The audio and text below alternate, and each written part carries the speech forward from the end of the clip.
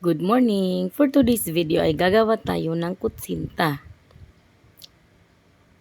So, ito ang pinakamaraming kutsinta na recipe na nagawa ko dito sa aking YouTube channel.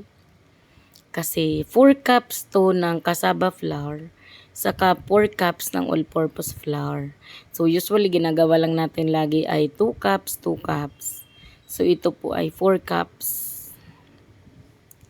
Yun, nandun na yung cassava flour, saka nandun na yung all-purpose flour. Ang ilalagay naman natin ngayon ay ang sugar.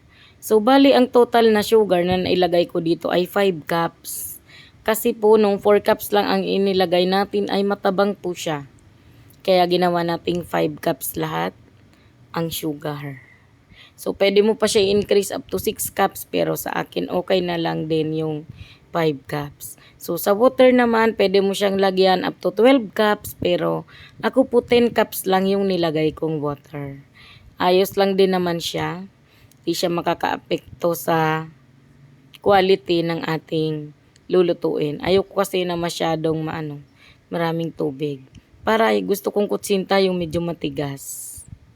Yan. So, haluin na natin. Ilagay na natin yung 10 cups ng tubig.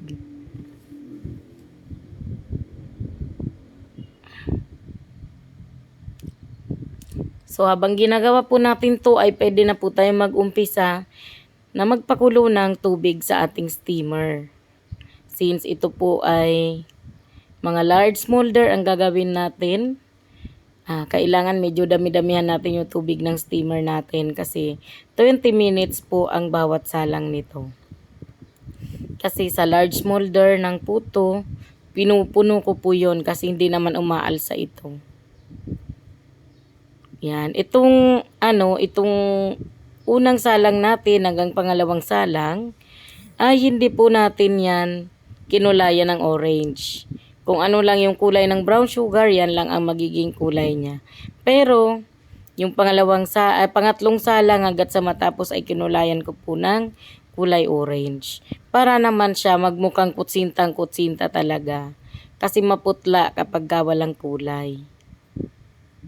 So, ayan, para po makasigurado tayo na pinong-pino at makinis na makinis yung ating kutsinta, ito po ay sasalain ko pa.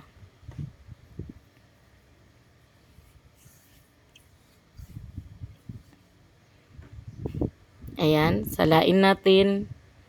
Pero dahil nga sasabi ko marami to, ay kunti lang muna yung sasalain natin. Tapos ilagay natin dito sa measuring cup para hindi tayo mahirapang maglagay. So, ito po yung mga large na puto molder. Pinupuno ko po yan halos ng mixture ng ating kutsinta. At saka greenish ko po pala yan ng cooking oil. Kasi para mabilis tanggalin itong mga kutsinta natin. So, akala nyo lang po yan maliit yung mga hulmahan. Pero, yan po ay mga large na puto molder. Kaya malaki po yung kutsinta natin.